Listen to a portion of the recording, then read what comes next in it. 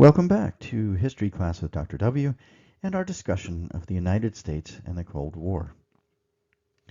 We now turn to one of the most interesting and important elections in American history, the election of 1948.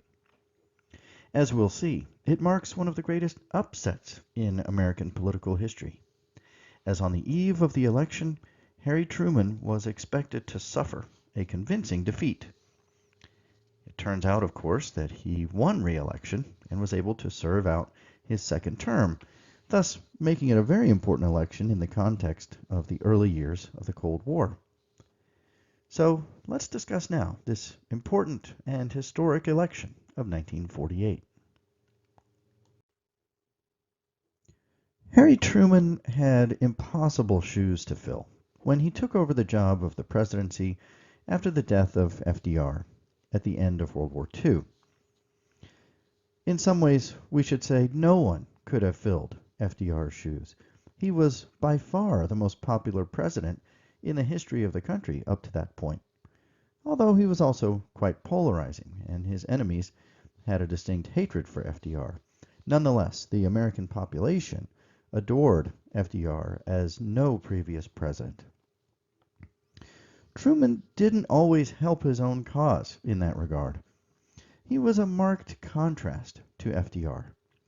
FDR was warm, ebullient, and positive. It was said that he made people feel good even when he was rejecting their ideas. Truman was just the opposite. He was cold, blunt, not refined. Truman left people feeling bad even when he accepted their ideas. He also found it tough going politically early in his first term.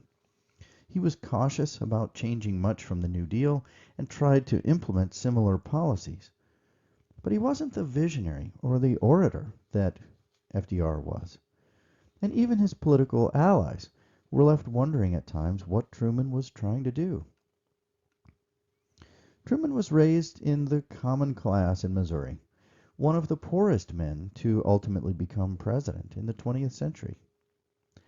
As such, he was reluctant to spend liberally, even though he was socially liberal. So many of these things made Truman's relations with Congress rocky. It wasn't always clear what he was trying to do, and he didn't always agree with members of his own party. Over the course of his presidency, Truman vetoed an incredible 250 bills. In these days when we rarely see any vetoes at all, that's quite an incredible number.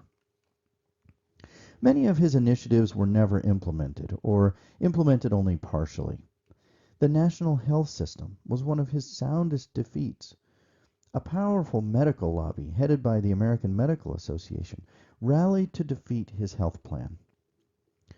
Congress instead passed an act that provided federal aid for hospital construction, which benefited construction companies and doctors more than the common man. Truman also struggled to enhance the rights of workers and waffled on the issue of price controls to help stabilize the post-war economy, which, as I noted in previous lectures, was rocky. After only 1 year in office, Truman had become the victim of many jokes. One is the famous "To err is Truman." Another, in honor of FDR, went, "I wonder what Truman would do if he were alive." The Republicans capitalized on his flagging popularity in the midterm elections of 1946. Their slogan was, "Had enough? Vote Republican." They swept to control of both houses in Congress for the first time since 1930, and again contributed to this process of Truman's many vetoes. The Republicans hoped to consolidate their gains by winning the White House in 1948. They also tried to discredit Truman. In 1947, Congress passed the Taft-Hartley Act, a tax cut benefiting the wealthy and also undermining the rights of workers and making it harder to unionize. Truman vetoed the act, and remarkably, Congress was able to pass it over his veto. At the same time, Truman didn't go down without a fight. In 1947, he stared down the United Mine Workers. He also announced the Truman Doctrine in that year, maintaining his focus on the Cold War and diplomatic concerns. The election defeat in 1946 seemed to invigorate him, and he acted with more decisiveness and determination in the ensuing months. After such a bleak start, Truman seemed certain to lose the presidency in the election in 1948, and political opponents began lining up on all sides to try to take it. There was a rift in the Democratic Party, and one faction formed the Progressive Citizens of America and advanced Henry Wallace as their candidate. Wallace was the former Secretary of Agriculture and had been FDR's vice president during his third term during the war years. He was a classic New Dealer, and so politically was to the left of Truman himself. From Truman's side, his aides encouraged a fairly simple strategy to win re-election, and that was to continue to woo the support of the old Roosevelt coalition, which had swept to landslide victories in each of Roosevelt's wins. This included blue-collar workers, African Americans, Jews, other ethnic minorities, farmers, and many other groups as well. While he had many political opponents, these groups were loyal to the Democratic Party and would likely turn out for him on Election Day. Truman also calculated that civil rights would be a key in his winning re-election, and so he became very vocal in his advocacy of equal rights and amenities for blacks. Although, in fairness, his actions didn't always measure up to his rhetoric on this front. But he took a calculated gamble that winning the black vote would counteract whatever he might lose should white citizens, and particularly white Southerners, react and vote the other way.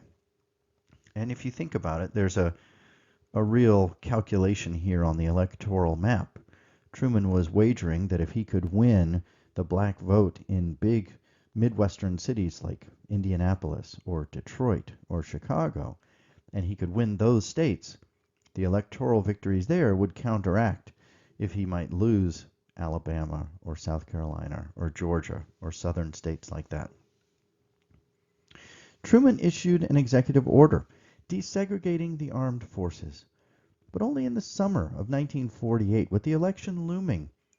And while this was an important step, it was also politically motivated and not well enforced until late in the Korean War in the early 1950s.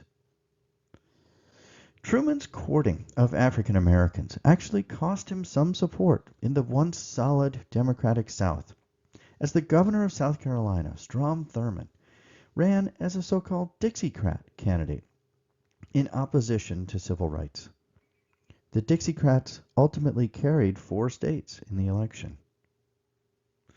So, entering the election season in 1948, Truman faced Henry Wallace on the Progressive ticket and Strom Thurmond in the South, and these are only those who fractured away from the Democratic Party.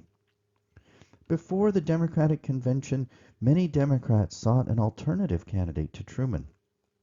They invited Dwight D. Eisenhower, who had not yet committed to a political party, but he declined, and later declared as a Republican, and of course went on to win the presidency in the next election. With no alternative apparent, Truman remained as the Democratic candidate, but he was a serious underdog to any Republican. Truman, as we now know, pulled off a shocking victory in the election that November. He was able to do it for several reasons. First, the candidacy of Thurmond, which had little effect outside the South and only dubious effects within the South. Truman stuck to his civil rights agenda and hoped for the best. He won narrow victories in several key northern and midwestern industrial states, where the black vote may have made the difference. At worst, he lost only those 4 relatively small southern states. Second, the candidacy of Henry Wallace unraveled as the election approached. Wallace was thought to divide the Democratic Party, but many Democrats drifted away from him and back to Truman by the time of the election. It's important to note that the most important issue of this era remained communism, although I haven't mentioned it yet in the context of this election.